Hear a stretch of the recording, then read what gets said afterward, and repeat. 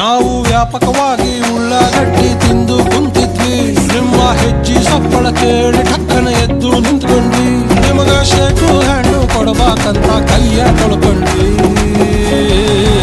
ಬಸಣ್ಣಿಪ್ಪ ಬಸಣ್ಣಿಪ್ಪ ಬಜಾರು ನಮ್ದ ಇವತ್ತು. ಬಸಣ್ಣಿಪ್ಪ ಬಸಣ್ಣಿಪ್ಪ